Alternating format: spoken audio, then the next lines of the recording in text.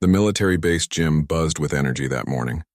Rows of soldiers stood shoulder to shoulder, sweat glistening under the harsh fluorescent lights. They weren't just training today. This was a special session. The legendary Seagal himself had been invited to demonstrate advanced hand-to-hand combat. As Seagal walked in dressed in a plain black G, the room fell silent. His calm presence commanded respect without him saying a word. He nodded once to the crowd and began explaining the principles of Aikido, using your opponent's aggression against them, mastering control through stillness. But not everyone was impressed. At the back of the room stood Private Jake Collins, a young, cocky soldier with a reputation for being tough and reckless. He leaned toward his friend and muttered, "This guy's a movie star, not a fighter. I bet he couldn't last 10 seconds with me." His friend whispered back nervously, "Don't man, that's Seagal." But Collins had already made up his mind. When Seagal invited volunteers to demonstrate a technique, Collins stepped forward. "Mind if I go full force, sir?" he asked, smirking. Seagal simply nodded. "Use whatever strength you think you need." As they squared off, the air turned heavy. Seagal stood relaxed, feet grounded, hands loose by his sides. Collins lunged forward with a sudden burst of aggression, throwing a sharp punch toward Seagal's chest, but instead of stopping, he swung harder. His fist veered upward and slammed into Seagal's head. The impact echoed through the gym. Gasps filled the air. Seagal stumbled half a step, rubbing his jaw calmly. Every soldier froze. Collins backed away slightly, unsure if he'd gone too far, but the smirk on his face returned. The room was dead silent. You could hear the hum of the fluorescent lights, the sound of breathing. And then Seagal spoke, his voice low, steady, and cold. "You shouldn't have done that." No one moved. The look in Seagal's eyes sent chills through every soldier in the room. They had no idea that this single moment was about to shut down an entire military base. What happened in the next few minutes would change the reputation of that base forever. For a long, frozen moment, nobody moved. The entire gym had gone quiet. So quiet you could hear the hum of the air conditioning above the nervous breaths of 100 soldiers. Steven Seagal stood perfectly still, eyes locked on the young soldier who had just hit him. His expression was unreadable. Neither angry nor surprised, just cold, calm, and impossibly composed. Private Jake Collins lowered his hands, trying to hide his panic with a smirk. "Just testing you out, sir," he said, his tone forced and arrogant. Didn't mean anything by it. A few soldiers in the crowd exchanged nervous glances. Everyone knew that punch wasn't an accident. Collins had done it to show off, to prove that the Hollywood star wasn't as tough as people claimed. But standing in that silence, they began to realize this wasn't going to end like he expected. Seagal slowly rubbed his jaw, his hand steady, movements controlled. Then he gave a small, almost imperceptible smile. "Testing me?" he repeated softly. "That's brave." The tone in his voice wasn't threatening. It was almost polite, but there was an energy behind it that made the entire room tense up. Seagal stepped closer. "You wanted full contact," he said, his voice barely above a whisper. "So let's have full contact." Collins blinked. "Wait, what?" Before he could finish, Seagal moved. It was too fast for anyone to see clearly. 1 second he was standing still, and the next Collins was face down on the mat. His arm twisted behind him in a joint lock so tight he couldn't move. The soldier screamed in pain, slapping the floor for mercy. Seagal leaned close and said in a tone so quiet only Collins could hear, "Never confuse calmness with weakness." Then he released him. Collins rolled over, clutching his arm, humiliated in front of everyone. The room erupted with whispers. Some soldiers tried to hide their smirks. Others just stared wide-eyed, realizing they just witnessed something they would never forget. Seagal looked around the room, his expression still neutral. "A warrior's power doesn't come from rage," he said, his deep voice echoing through the gym. "It comes from discipline, from respect. Without those, you're just a weapon pointed at the wrong target." Every word sank like a stone. No one dared move. Even the base commander, who had been standing near the entrance, said nothing. Collins sat on the edge of the mat, sweat dripping down his face, breathing hard. His pride was shattered, but worse, the pain in his arm told him Seagal could have broken it easily if he wanted to. Seagal turned back toward the crowd. "All right," he said calmly. "Next demonstration." Nobody volunteered. A few minutes later, the training session ended early. Soldiers filed out in stunned silence, whispering among themselves. "Did you see how fast he moved?" He didn't even look mad. "Man, Collins is finished." Outside, the news spread like wildfire across the base. Every barracks, every mess hall, every corner echoed with the same story. A private hit Steven Seagal and got destroyed. Within an hour, the video was already circulating among the troops. Someone had recorded the whole thing on their phone, and now hundreds were watching it in disbelief. Meanwhile, Seagal sat alone in the commander's office. The base colonel, a stiff, broad-shouldered man, paced nervously. "Mr. Seagal, I assure you this behavior is not tolerated here. That soldier will be disciplined immediately." Seagal raised a hand calmly. "No need, I'm not here to ruin careers," he said. "But what happened in that gym is a reflection of something much deeper. When respect fades, the entire foundation of a unit crumbles." The colonel paused, realizing Seagal wasn't angry. He was disappointed. Back in the barracks, Collins sat on his bunk holding his sore arm. The whispers around him felt louder than gunfire. Some soldiers avoided him entirely. Others muttered under their breath. He'd humiliated not just himself, but the entire unit. His friend tried to break the silence. "Man, you really messed up this time." Collins didn't answer. His pride was gone. Deep down, he knew this wasn't over. That night, the base command received an encrypted call from higher authorities. What happened had reached top-level channels faster than anyone expected. A civilian assaulting a federal deputy and martial arts instructor under military contract wasn't just an embarrassment. It was a breach of discipline at the national level. By midnight, 3 black SUVs were already en route to the base. The atmosphere shifted from nervous gossip to full-blown panic. The soldiers didn't know it yet, but the next morning would change everything. Have you ever seen someone disrespect a master and instantly regret it? Tell me in the comments. Also, where are you watching from? Drop your country and city below. I love seeing where our viewers are tuning in from. When the generals arrived the next morning, the base wasn't just in trouble. It was about to face the most humiliating inspection in its history. By sunrise, the base felt different. The usually noisy training field was silent. Soldiers spoke in whispers. No one dared mention what had happened out loud, but everyone knew. The story had already spread through every unit, every barrack, every hallway. A private had hit Steven Seagal. The rumors grew with every retelling. Some said Seagal broke the soldier's arm. Others said he threw him across the room without touching him. The truth was somewhere in between. But one thing was certain. Something big was about to happen. At exactly 900 hours, the sound of engines echoed through the base gates. 3 black SUVs rolled in, followed by a military convoy. Soldiers on guard snapped to attention. Inside the vehicle sat 3 high-ranking generals. Men whose presence usually meant something serious had gone wrong. Word spread like wildfire. "The brass is here." The base commander, Colonel Briggs, was waiting outside the admin building when the SUV stopped. The doors opened and out stepped General Lawson, General Carter, and General Reeves, each one known for zero tolerance when it came to discipline failures. "Morning, Colonel," Lawson said curtly. "We're here because of an incident involving a civilian contractor." Briggs swallowed hard. "Yes, sir. The situation is under review."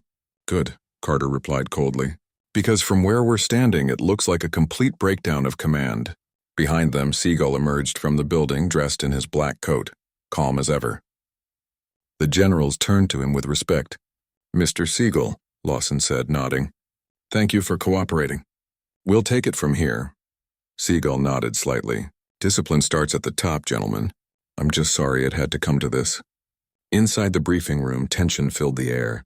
The generals, Colonel Briggs and a few senior officers sat around a long table. A video played on the screen, the security footage from the gym. They watched the moment frame by frame, the punch, the silence, Seagal's lightning-fast counter, the soldier hitting the floor. No one spoke. Finally, General Carter paused the video and turned to Briggs. "Who authorized this man to participate in live drills without supervision?" Briggs hesitated. He volunteered. "Sir, it was meant to be controlled." "Controlled?" Carter snapped. "That punch could have sparked an international scandal. You invited a respected martial arts instructor and a U.S. deputy marshal onto your base, and your soldier hit him in the head." The colonel's face turned pale. Seagal, still calm, spoke up quietly. "Gentlemen, I'm not here to file complaints. I'm here to help restore balance. What I saw yesterday wasn't just a soldier losing control. It was a culture problem.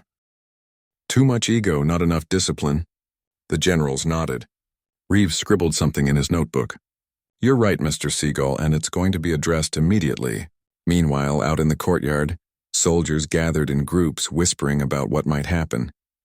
Collins sat alone on a bench near the barracks, his arm wrapped in a sling. Every time someone walked by, he could feel their eyes on him, judging, whispering, condemning. He had wanted to prove himself. Instead, he'd become the most hated man on base. A fellow soldier approached him carefully. "They're saying the generals are here because of you," he said. Collins didn't look up. "Yeah, I figured." "What are they going to do?" Collins exhaled slowly. "Whatever it is, I probably deserve it." He wasn't wrong. Inside the main hall, General Lawson ordered all personnel to report to the gym. Within minutes, hundreds of soldiers stood in formation. The same place where Collins had thrown that punch now felt like a courtroom. The generals entered first, followed by Seagal and the colonel. The atmosphere was thick with tension. Lawson's voice thundered through the hall. "Yesterday, a line was crossed. A soldier wearing this nation's uniform assaulted a guest. A man invited to teach discipline and defense. That act wasn't just disrespect. It was disgrace." No one moved. Lawson continued. "Discipline is what separates warriors from brawlers. Respect is what separates leaders from bullies. And yesterday we saw what happens when both are lost." He gestured towards Seagal. "This man showed more restraint in 5 seconds than some of you have in your entire careers. Remember that." All eyes turned towards Seagal. He didn't speak right away. When he finally did, his voice was calm and steady. "Ego destroys warriors faster than bullets. If you can't control your emotions, your strength becomes a weapon against yourself. Every soldier here has power, but without humility, that power means nothing." You could hear a pin drop. Even Collins, standing at the back of the formation, felt every word pierce through him. Seagal's eyes scanned the crowd. "I don't seek punishment. I seek change, because a base without discipline will destroy itself from the inside." The generals exchanged looks. There was no doubt now. Something major was about to happen. "If you were the general in charge, what punishment would you give the soldier who hit Steven Seagal? Would you suspend him or shut down the entire base? Comment below and share your thoughts." When the generals made their decision, no one could believe it. What they did next sent shockwaves through the entire military and ended careers overnight. The air inside the gym was thick, like the whole building was holding its breath. Every soldier stood frozen in formation, waiting for the general's next move. Outside, black SUVs idled quietly, engines humming like a low warning. The sun had barely climbed past the hangars, but the tension felt like a storm about to break. General Lawson turned away from the formation and whispered to his fellow generals. Their voices were low, but the room's silence made every word echo. Finally, Lawson faced the soldiers again. "Effective immediately," he said slowly. "This base is under review. All training operations are suspended until further notice." The words hit the room like a shockwave. Murmurs rippled through the ranks. A few soldiers exchanged nervous looks. Others lowered their heads, suspended. That had never happened before. Colonel Briggs swallowed hard. "Sir, with all due respect, shutting down training could..." Lawson cut him off sharply. "Could what, Colonel? Make things worse than they already are?" The colonel froze. Lawson continued. "We're not just dealing with one hot-headed soldier here. We're dealing with a leadership failure. Discipline, respect, control. These are the foundations of the U.S. military. If one of your men can't recognize who's standing in front of him, then something has gone very wrong." His voice rose slightly. "You invited one of the most respected martial artists alive, a man who has trained elite forces and risked his life for others, and your soldier hit him in the head." Every eye turned toward Collins, who stood stiffly in the back, jaw tight, eyes fixed straight ahead. "Step forward," Lawson ordered. Collins hesitated, then obeyed, his boots echoing on the gym floor. He stopped just a few feet from Seagal, who stood quietly, hands folded in front of him. Lawson stared him down. "Private Collins, you're aware of the seriousness of your actions."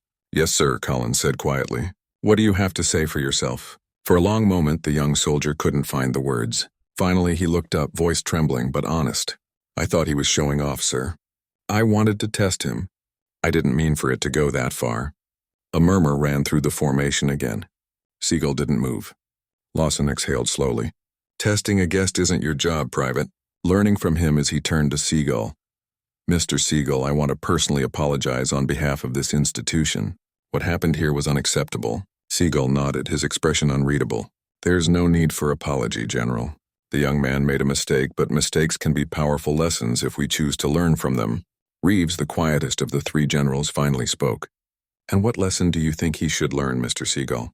Seagal looked at Collins for a long moment, then spoke softly. Strength isn't about domination. It's about control. You can't claim to be a warrior if you can't control your own anger. That's not strength. It's fear in disguise. His words sank deep. Even the most seasoned soldiers looked humbled. Then Seagal turned toward the generals. If I may, gentlemen, don't punish this soldier to destroy him. Punish him to rebuild him. Lawson nodded slowly. Understood. He turned back to Collins. Private, you are hereby suspended from active duty, pending a formal disciplinary hearing. You will remain on base under supervision until further notice. Collins nodded stiffly. Yes, sir. But Lawson wasn't finished. He turned to the entire formation. And as for the rest of you, consider this a wake-up call. This base will undergo a full review. Every instructor, every training officer, every protocol until we restore the discipline that was lost here.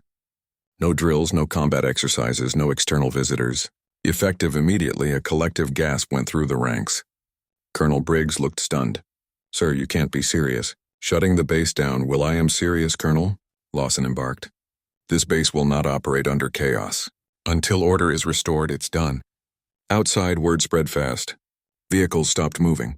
Soldiers were ordered back to their quarters. The base that had once echoed with gunfire and shouts of drill sergeants now stood eerily quiet. Even the flag above the command post flapped against a silence that felt heavy. In the distance, Collins sat alone on the bleachers near the training field. His arm still ached, but the shame hurt more. He could hear his fellow soldiers whispering as they walked past him, some angry, some disappointed. And then footsteps approached. He looked up to see Steven Seagal standing there, hands behind his back. For a second, Collins didn't know what to do. Salute, apologize, or just disappear. Seagal spoke first. You've got a lot of fire in you, son. But fire without direction burns everything it touches. Collins nodded slowly. I know, sir. I messed up. Seagal studied him for a moment, then sat beside him. I've been where you are, angry, trying to prove something. But if you fight for ego, you'll always lose, even when you win. Collins swallowed hard. Why'd you stop the generals from kicking me out? Seagal smiled faintly. Because real strength isn't about revenge. It's about responsibility. The young soldier looked down, guilt heavy on his face. I wish I could take it back. You can't, Seagal said softly. But you can learn from it. That's how warriors grow. The sun was setting now, casting a golden light across the silent base. For the first time since the incident, Collins felt something he hadn't felt in days. Hope. But the story didn't end there, because what happened the next morning when the generals made their final decision would change not only Collins's life, but Steven Seagal's role in the military forever. The following morning, the base was still in lockdown. The sound of silence had replaced the usual thundering cadence of drills and orders. Soldiers sat in their barracks waiting for instructions that never came. Everyone felt it. The weight of uncertainty.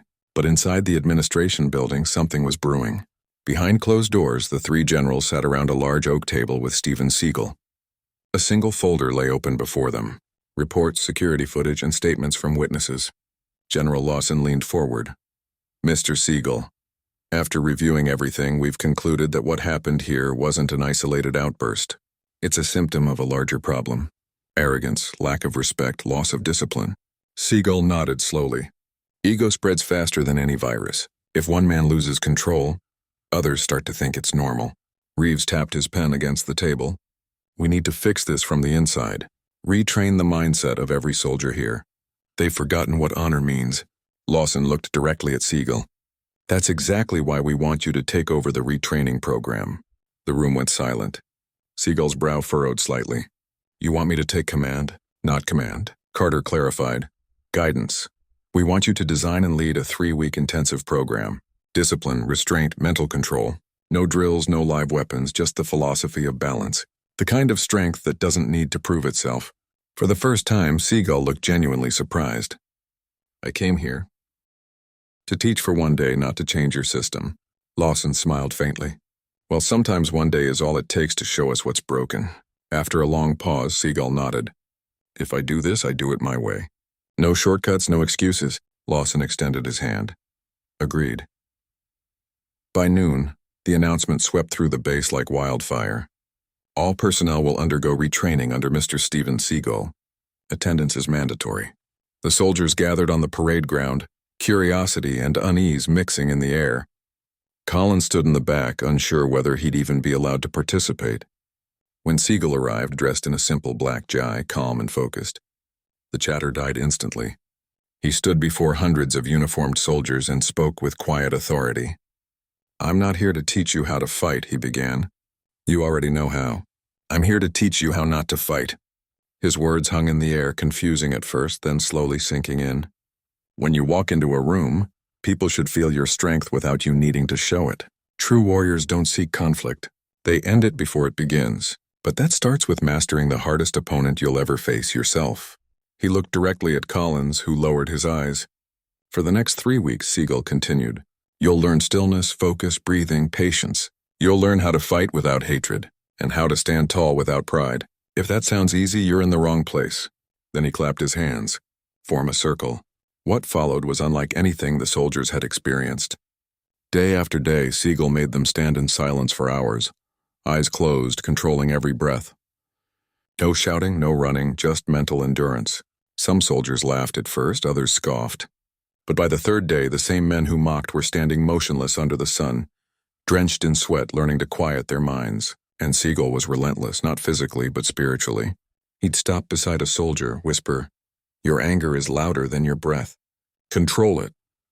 He'd test them with sudden movements, teaching them to react without aggression. Even General Lawson came to observe one morning, watching in silence as Seagal led a session. "What do you think?" Carter whispered. Lawson folded his arms. "He's doing what we couldn't. He's rebuilding them from the inside out." Meanwhile, Collins's transformation was the most striking. Every morning he showed up early. He spoke less, trained harder, listened deeply. The guilt of his mistake had turned into something else: determination. One afternoon, Seagal called him forward in front of the entire group.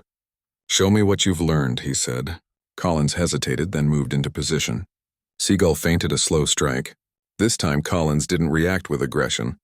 He sidestepped calmly, breathing evenly, eyes steady. Seagal nodded approvingly. "That's control." The crowd of soldiers erupted in applause. It wasn't just for the move.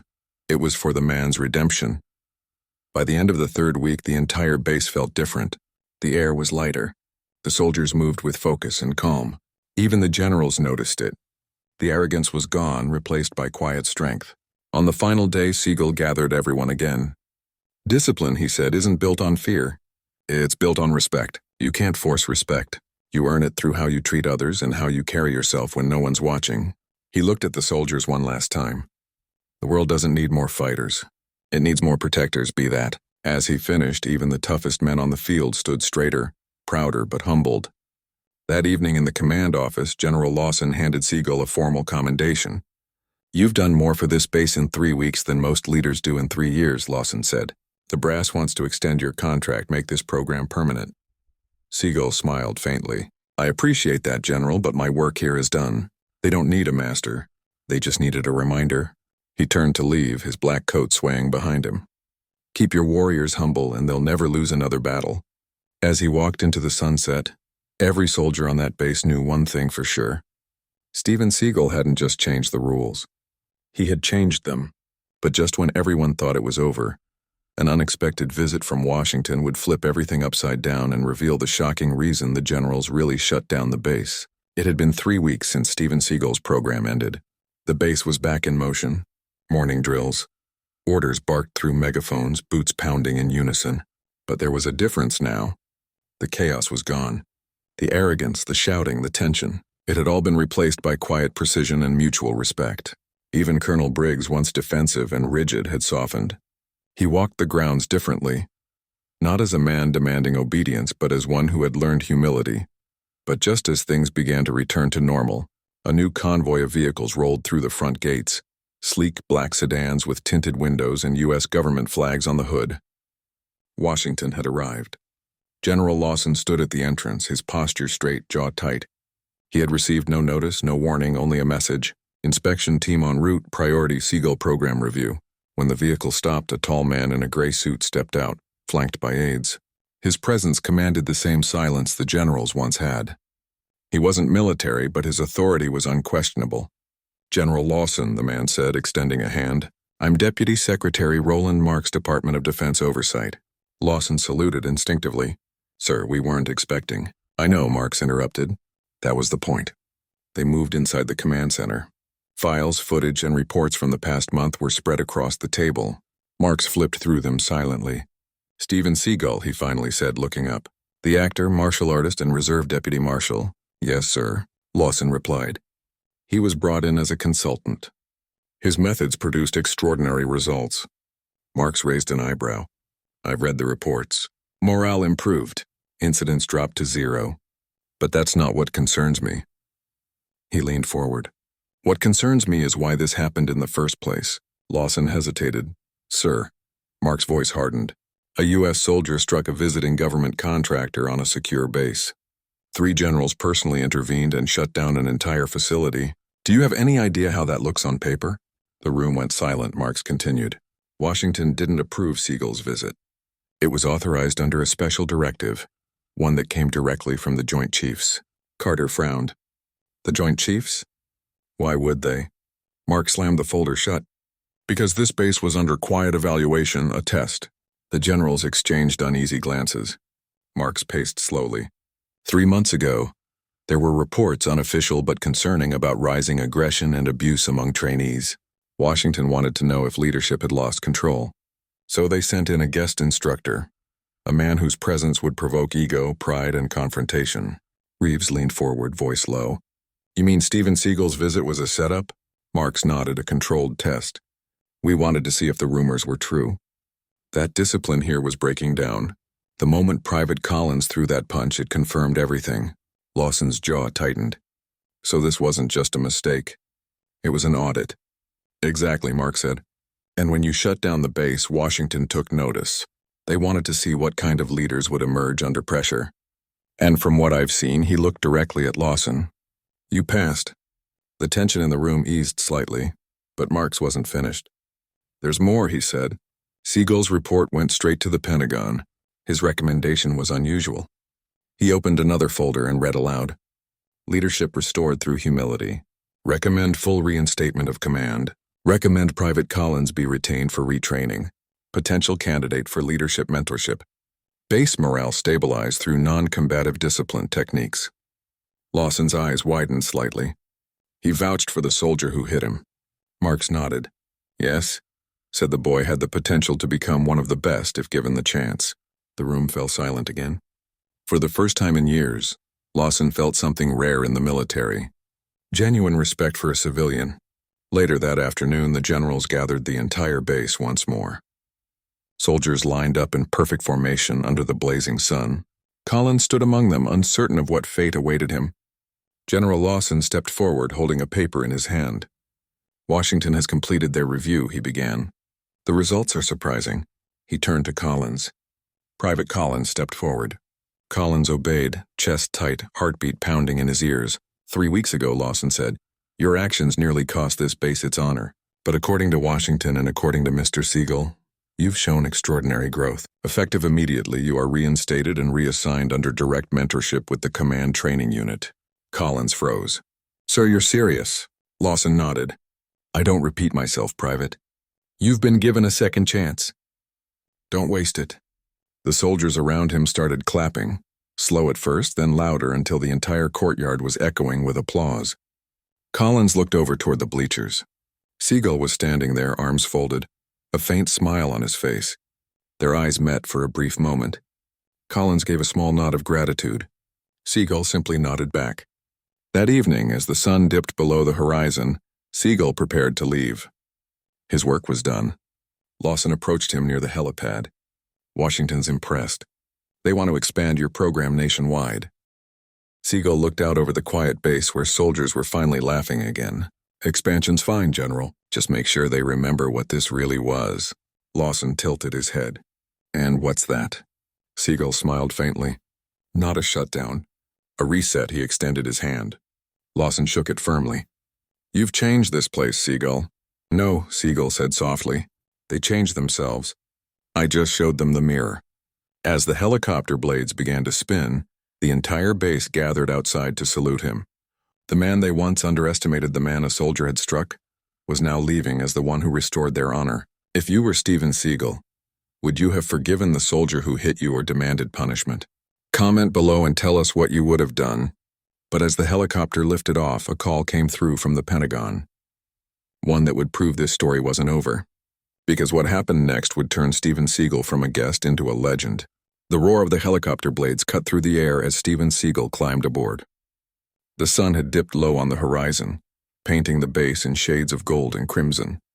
Soldiers stood in perfect formation, saluting the man who had walked into their world as a teacher and left as a legend. General Lawson raised his hand in respect. Safe travels, Mr. Seagal. You've done more than restore order here. You've reminded us why we wear this uniform. Seagal nodded slightly, his expression calm. Take care of them, General. They're good men. They just needed to remember who they are. As the helicopter lifted off, dust swirled across the field. The soldiers below held their salutes until the black chopper disappeared into the horizon. For a long moment, silence lingered. A silence filled with pride, reflection, and something deeper. Respect. But inside the helicopter, Seagal's calm was interrupted by a buzzing radio. The pilot turned back. Sir, you're wanted on comms. Direct line, Pentagon clearance. Seagal raised an eyebrow. Put it through. A voice crackled through the headset.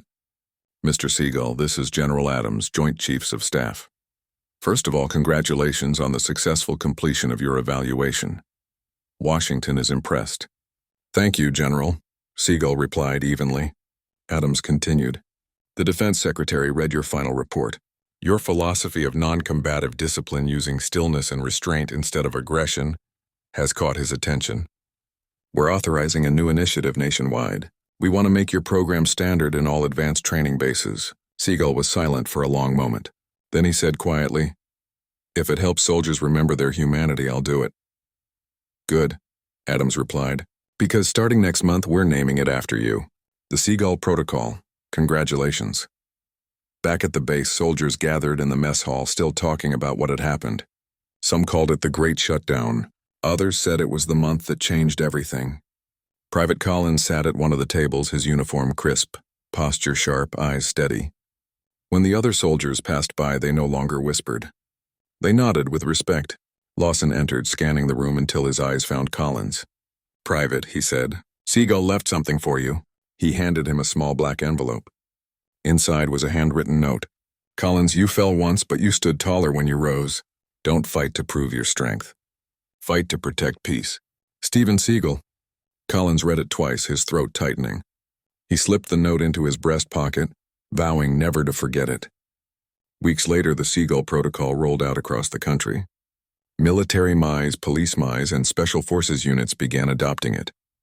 The program focused on mind discipline, restraint, and emotional control, teaching soldiers that the strongest weapon they could ever master was their own mind.